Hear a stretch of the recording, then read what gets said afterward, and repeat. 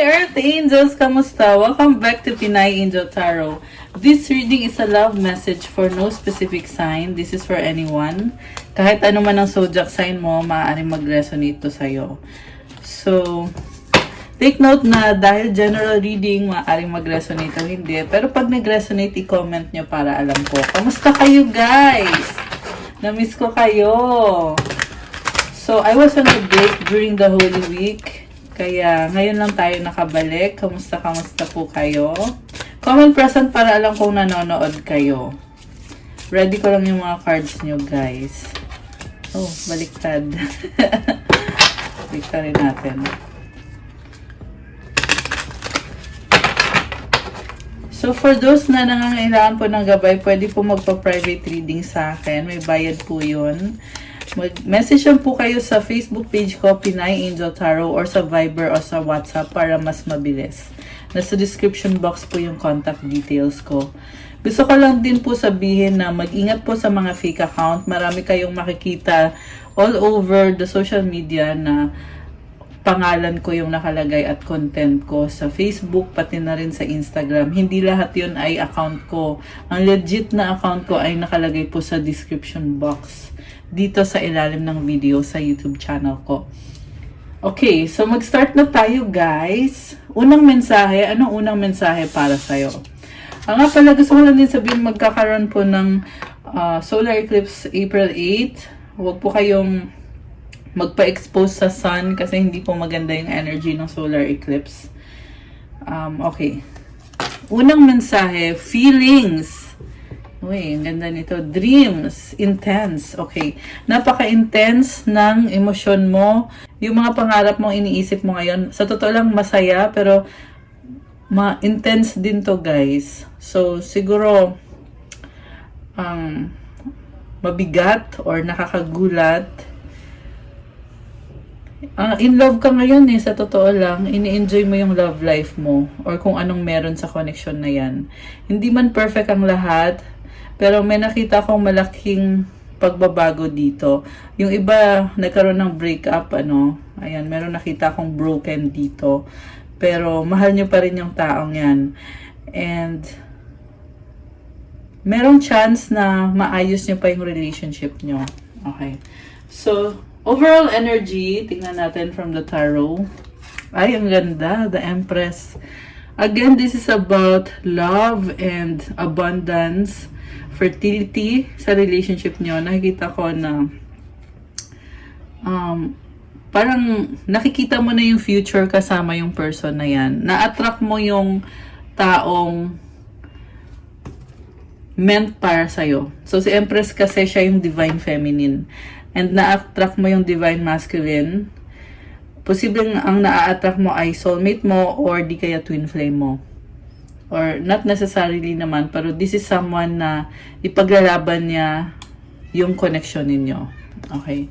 Sa recent past, by the way, ang nakita ko so far, guys, is hindi mo na kailangan mag-effort kasi siya na mismo yung kusang lalapit sa'yo, yung person na yan. Okay, pero although hindi naman ibig sabihin nun na wala ka talagang gagawin totally. Ang sinasabi ko lang is magiging mas madali na ma-attract mo yung taong yan kasi mukhang ready ka na eh. So far, yan yung nakikita ko. Sa recent past, Ace of Wands, Ten of Cups, and the Two of Swords. So,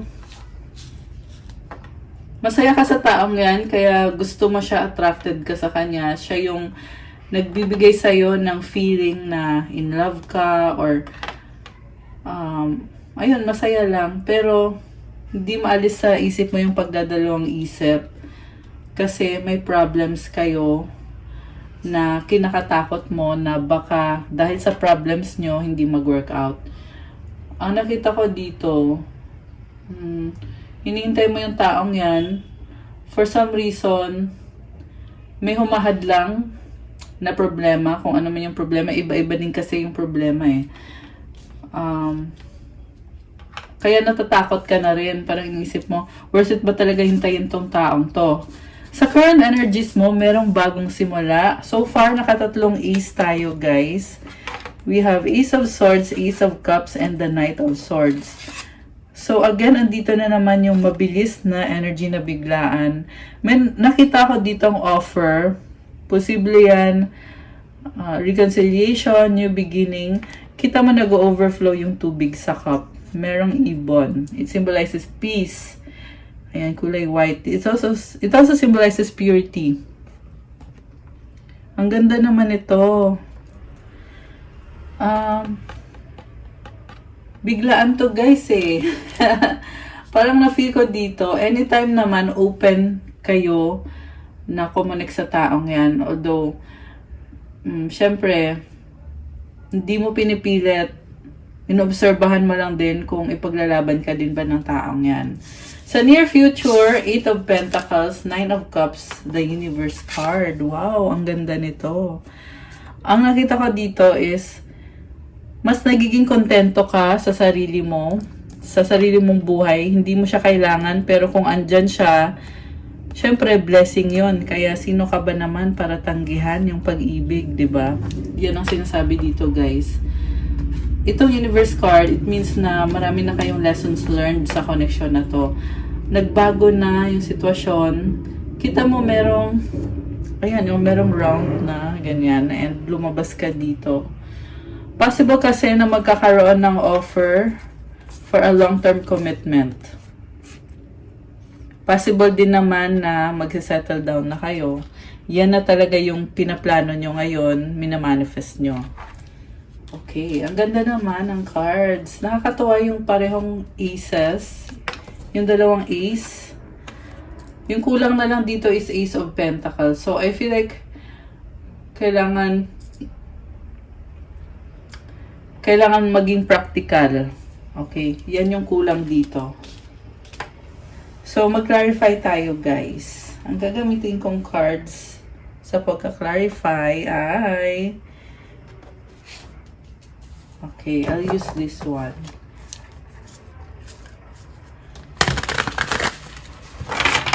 So, mamaya aalamin din natin yung feelings ng person mo. Clarify muna natin yung The Empress. Okay. The Lovers, the Justice card. 3 of Pentacles. Oh my gosh. 9 of Pentacles, the bottom of the deck. Ang nakita ko dito, very independent ka. Kaya na-attract mo din yung taong yan eh. Ginagawa mo lang yung priority mo, kung anong kailangan mong gawin sa ngayon. And nagdesisyon ka na, pinili mo yung taong yan at meron kayong partnership. Kumukonek ka sa taong yan. May nakita kong healing dito guys, kung ano man yung naging problem nyo. Merong healing na ngayon. Ayan, sobrang nakatuwa. Kita mo itong Lover's card and the Justice card. This is about making a choice or a decision na ipaglaban yung sarili mo. At the same time, pinag-aaralan mo din. May mga taong tumutulong sa'yo eh, na sinusuportahan ka, sinasabi sa'yo na yan ba talaga yung gusto mo? Yan ba talaga magpapasaya sa'yo? Kinoconsider mo yung sinasabi ng ibang tao. Pero at the same time, syempre, alam mo kung anong gusto mo. Very pure ng decision na ginawa mo. Okay. Bakit may nakita ko guys na merong nagdesisyon dito na gustong mag-isa? Parang ayaw mong mag-effort. Okay. So, tingnan natin. Ano tong bagong simula na lumabas dito? Queen of Elixirs, 4 of Swords, and the 9 of Swords. So, nagpapakasaya ka lang kasi on the process of healing ka. At the same time, bakit hindi maalis sa isip mo na parang may nakita ko dito na issue sa relationship ninyo na hindi pa tapos. Although sa ngayon, masaya ka na kung ano yung narating nyo. Again, lumabas dito, gusto mong mag-isa eh. Kaya siguro napapaisip ka, tama ba itong ginagawa ko? Ganon yung iniisip mo. Ano bang feelings ng person mo? Tingnan natin ah. Anong feelings ng person mo? Oy, sorry, umuuga pala yung kabilang cam natin. The Death card for Tuna and oh my gosh. Alchemy. Alam mo, nagbago siya. Nagbago yung person mo, binago niya yung sarili niya, at ngayon nag-a-adjust siya sa'yo. Sabi ko na nagka-problem kayo ng taong to. At ngayon, may na-realize siya na gusto niyang mag-workout yung relationship nyo, kaya kailangan niyang mag-adjust sa'yo at minamanifest ka ngayon ng taong to. Baka may kadil kang Scorpio at baka may kadil kang Sagittarius. Yan yung mga energies na lumabas dito, Scorpio and Sagittarius. Although kahit naman anong sign pwede rito, malakas din dito ang Libra, Taurus, Earth sign, Capricorn, Taurus, Virgo, Water sign, Cancer, Pisces, Scorpio, Air sign, Gemini, Libra, Aquarius. Lahat naman na sign lumabas, pero yun yung pinakamalakas dito for now. Itong person mo, guys, Fortuna card, kita mo yung manifestation symbol andito. Si Alchemy, manifestation din to So, ngayon, tapos na yung lahat ng struggles ninyo sa relasyon nyo. Kumbaga, na-realize na niya na sigurado na siya sa'yo at gusto na niya ngayon na magkaayos kayo. Okay. So, alam mo guys, sa totoo lang malaking pagbabago to. Itong mga nangyayari dito sa situation na to. Hindi to basta-basta ang pagbabago. Malaking realization to. It's a big deal. Parang, ito yung turning point ng relationship nyo Oh my gosh, Ace of Elixirs. So, wow, the Seeker. Alam nyo guys, yung iniisip ng taong to is yung pang long term na talaga. Kita mo yung bow and arrow. Sinasabi kasi niyan malayo yung pinapangarap niya. Hindi lang temporary, but this is for the long term. So, sa ngayon, andun na tayo sa nagbago na yung feelings niya, nag-improve na, or sigurado na siya sa'yo. Ang susunod is, ano ba yung plano niya talaga? Kasi, ang nakita ko dito, this person will take a risk, take a leap of faith, para i-pursue yan. 7 of Pentacles. Yung nga lang kulang pa sa effort, although nakita ko nagtatry siya. Merong tinatry niya So, that's good enough. Although not, parang kulang pa. Kulang pa sa effort. Okay. Pero good enough na daw. Oh my gosh. Queen of Candles, 6 of Wands. King of Elixirs. 7 of Wands. So, yung feelings niya sa'yo is, nag-a-adjust siya sa'yo kasi nire-respeto ka niya at merong pagmamahal. Tinitiis niya Nagtitiis naman pala tong taong to, nagsasacrifice siya para mag-workout kayo, pero ayaw lang niya sabihin. Sa totoo lang, may mga gusto din siyang gawin, personal, na pangarap niya, na hindi niya sinasabi sa'yo Hindi siya nag-open up sa'yo tungkol sa mga, alam mo yon yung mga inner desires niya. May sariling mundo din to Yung taong kadil mo, may sariling mundo siya. Nabibisi siya sa work, 8 of Pentacles. Ayan. Sobrang blessed yung nakikita ko sa work. Ang ganda ng energy na to. Kita mo yung kulay gold na yan, tsaka yung bilog-bilog na yan. It symbolizes money, achievement. Okay, very nice. Okay. Princess of Talismans. Oh my gosh, ang ganda. May ring,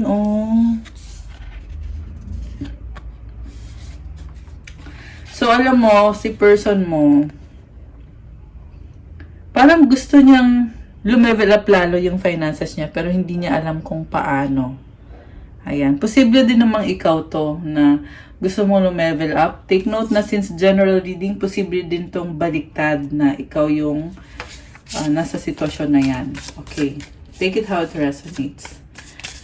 Ano bang susunod dito? Teka, gusto ko munang i-clarify. Bakit nagdadalawang isip ka sa past? 10 of Pentacles, 3 of Wands, Prince of Elixirs. So, meron na kayong pinagsamahan ng taong yan. Ano kaya to? For some reason, may mga tao din sa paligid niya. May ibang opportunity din. So, may nakita ko guys na nalilito siya sa past. Kaya meron pagdadalang isip kasi may kumukuha ng attention niya. Ayan. Yung iba kasi merong third party.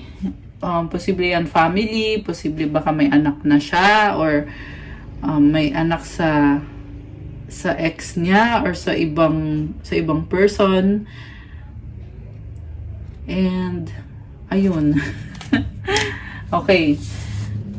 Sa bottom of the deck, tingnan natin ano to. The Hanged One. Oh, I get it. Kailangan niya magsakripisyo. So may kahati ka dito sa taong to. Ayan, may kahati ka sa panahon niya, sa atensyon niya, sa mga pangarap niya. Nalilito siya Parang isip niya, ano bang uunahin ko? Ang dami ko ng responsibilidad. May love life na, meron pang, alam mo yun, posible kasing breadwinner tong person mo. The Star. Malaki din ang mga pangarap niya. Okay. So, ano naman tong malaking transformation na lumabas sa reading natin? Malaking pagbabago na biglaan.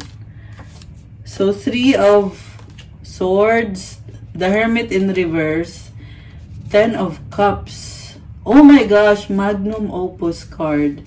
6 of Swords and sa bottom of the deck is King of Talismans. Oh, okay.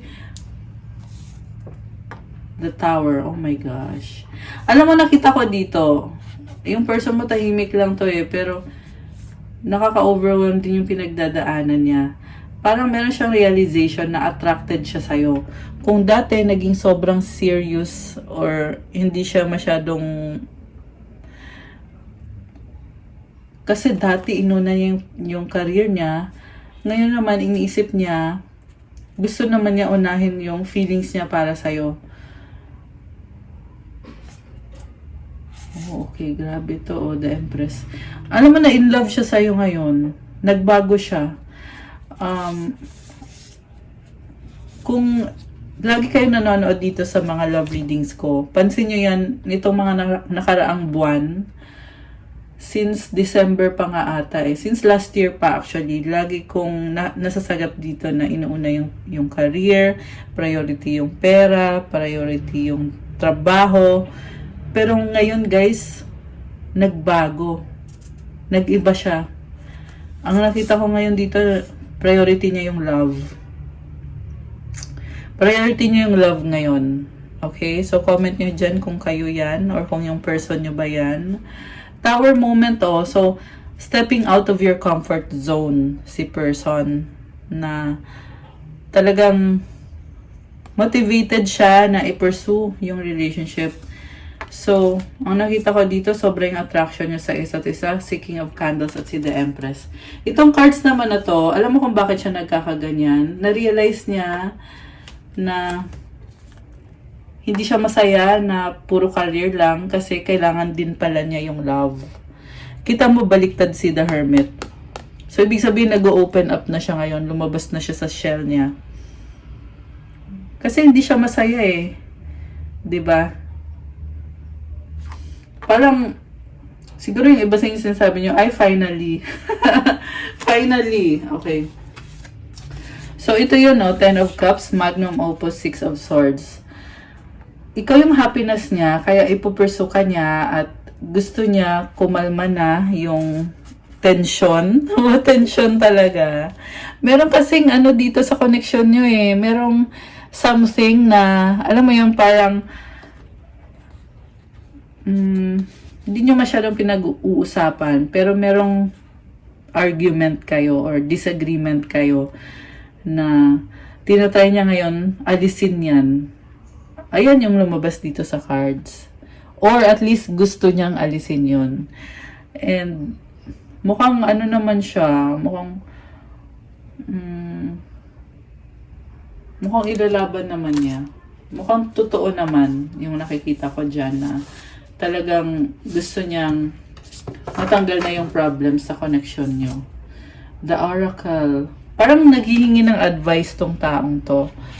Baka merong someone na kinakausap niya, pahingi naman ng advice. Advice sa love life, advice sa buhay.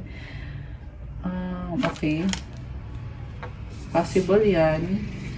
Pwede din namang siya to. Ang nakita ko dito is mataas yung standards niya eh. So, ipaglalaban niya kung ano yung gusto niya. Ipaglalaban niya yung connection niya or yung relationship niyo. So, merong curiosity. Nakita ko dito nagsustalk sa'yo. So, siguro lahat ng pinopost mo sa social media, tinitingnan niya. Oh, okay. So, merong panghihinayang. Ayan.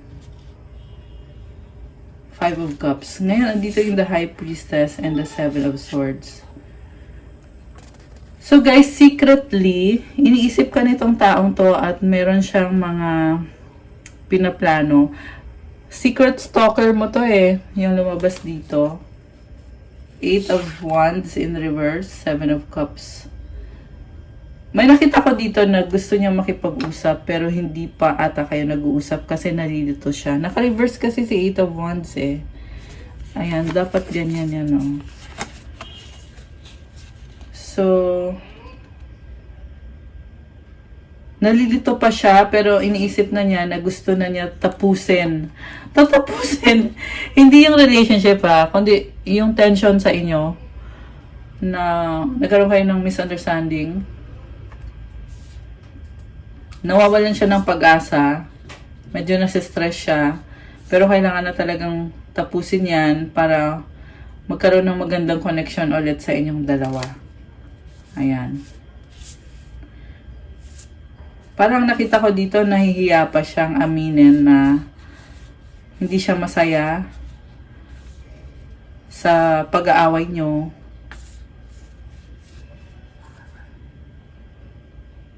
Medyo immature tong taong to eh. Kaya nahihiya siyang aminin. Merong something sa kanya kasi na parang bata. Yan yung lumabas. Okay. The Star. So, meron namang chance talaga. Okay, anong outcome dito? Anong outcome ba dito?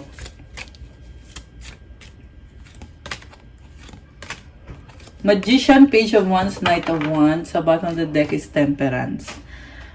Wow. Ang outcome dito, guys, is nakita ko tong person na to na nag-a-adjust. Kasi sobrang frustrated. Parang sinisisi niya sarili niya kung bakit nagkaganyan. Oh, andito na si Emperor, oh. New beginning. 6 of Cups. Kasi may memories kayo. Meron siyang offer sa'yo. Wow, the Lover's card. Sobrang mahal ka nitong taong to. Ayan, guys. Ayan. 6 of Swords. Gusto niya kumalma na. Kumalma na yung tension. 7 of Pentacles. Naghihintay. Parang kulang pa talaga sa effort eh. Pero gusto naman niya. King of Wands. Kasi attracted sa'yo. Uy, na-obsessed na sa'yo to. Meron siyang the Devil dito. Pero nahihiya. Bakit ganon? Na-obsess siya pero nahihiya siya. Kaya nagsustalk siya sa'yo. Iniisip ka niya.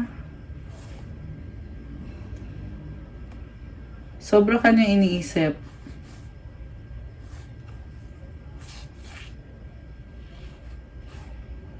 Parang nahihiyang aminin na may gusto sa'yo. Oh my gosh, bakit ganon? May gusto siya sa'yo, pero nahiya siyang aminin. Para namang hindi mo alam, no? Alam mo naman may gusto siya sa'yo eh, pero nahiya pa siyang aminin. Okay. So, anong gustong sabihin ng person mo sa'yo? Tingnan natin.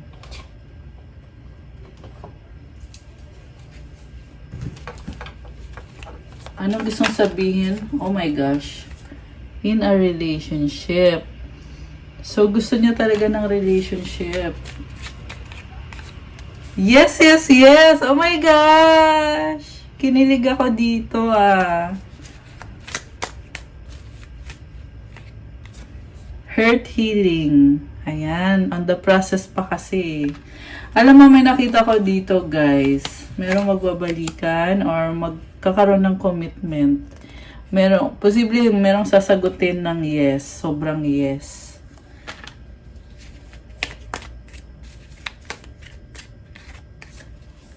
Secret feelings, love you so much. Oh my gosh!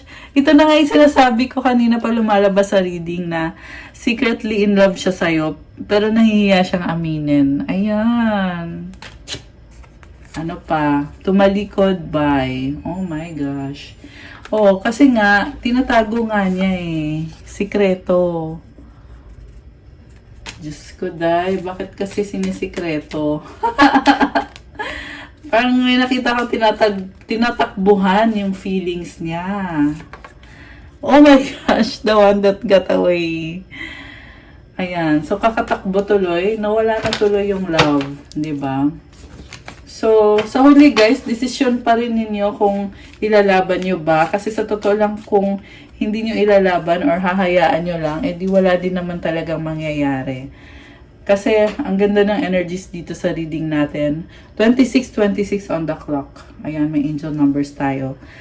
And, nakita ko kasi, inuunan nyo yung sarili nyo, ganun din siya. So, kahit maganda yung reading natin, sa huli, depende pa rin yan sa magiging desisyon ng taong yan. Kung talagang, alam mo yon, may gagawin ba siya o ano. I have hope in us. So, this is nice. Ngayon, nagkakaroon ng pag-asa. Kasi, namimiss ka niya. I miss you. Oh my gosh. Grabe. I long to be with you. O, diba? Namimiss ka niya. Gusto ka niyang makasama. Okay. Okay na yan. Kuha ko kayo ng advice para sa live viewers natin.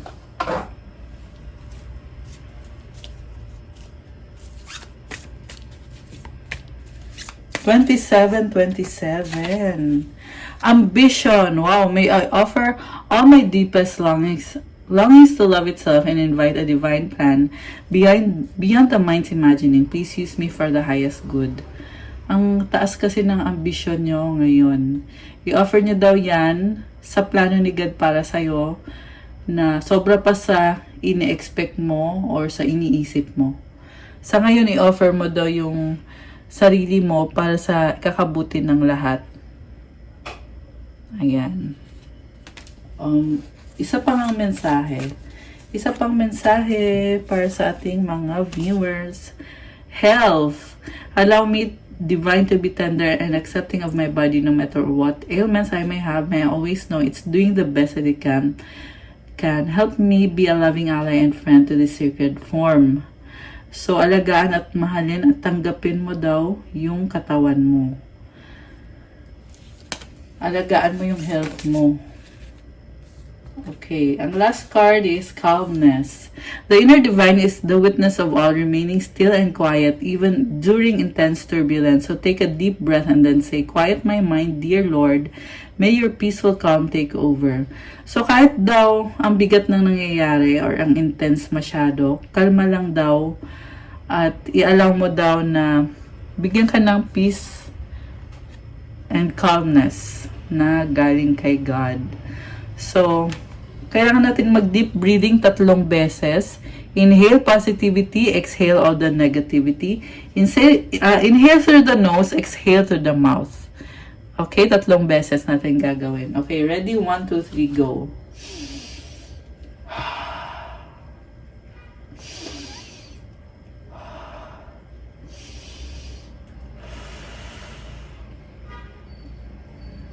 Okay, so you can do it more times if you want. Ayan, so, okay guys, that's all for our love reading for today. Thank you so much for watching. I-like nyo na tong video na to. Make sure na nakasubscribe na kayo. At gusto ko din mag-thank you po sa mga subscribers natin. 126,000. Thank you so much sa laging pagsubaybay sa mga videos ko at sa pag-subscribe nyo. Thank you so much. Kung bago naman kayo sa channel na to, please do subscribe. Kasi malaking tulong yan sa channel na to, guys. Thank you again. And, ayun, comment nyo kung nagustuhan nyo ba yung reading or kung nag-resonate ba. Or kung may gusto ba kayong reading na gawin ko. Kung kailangan nyo naman ng gabay, pwede kayong magpa-private reading sa akin, pero may bayad yon. Okay? Message lang kayo sa Facebook page ko or sa Viber or sa WhatsApp para mas mabilis. Nasa description box po yung contact details ko. So again, I just wanna say guys na ang daming fake account kumakalat ngayong taon. Dati pa naman marami nang gumagaya sa akin guys. Marami na talaga. Pero ngayong taon lumalala na talaga kasi marami sa Facebook, marami sa Instagram, marami ding nagme-message sa akin na ayun, na-scam nga daw sila. So, kaya pinapaalam ko sa inyo para hindi na kayo magulat at syempre para ma-identify nyo kaagad kung meron bang nagsascam sa'yo. Ayan, sa inyo. Ayan. Hindi lang naman sa akin yan, guys. Sa mga ibang nasa social media, marami din pong nagkakalat na scammer. Kaya palagi pong mag-ingat sa mga online transaction. And, yeah, although meron naman akong legit na account, kaya tingnan nyo po sa ilalim ng description box. I mean, sa ilalim ng video pala. Kasi, dyan po nakalagay yung legit na account ko kung gusto nyo talaga akong makontact. And meron din po tayong crystals na available that can help you sa mga manifestation nyo. And syempre para gumaan yung mga bagay-bagay at tumulong sa'yo. Okay? Kasi totoo naman po talaga na nakakagaan yung crystals, lalo na pag galing sa akin kasi meron akong nilalagay na special prayers na hindi ginagawa ng karamihan. So, ayan, meron po tayo niyan. Tingnan nyo po sa Instagram ko. Yung crystals na available is for love, for wealth, prosperity, abundance, for self-confidence, for protection, at motivation, self-confidence, new beginning, and marami pa pong iba. Ayan, tingnan nyo na lang doon. Thank you so much again, Earth Angels. Have a good day. God bless you all. Stay safe and I'll see you again soon. Thank you, guys. Bye!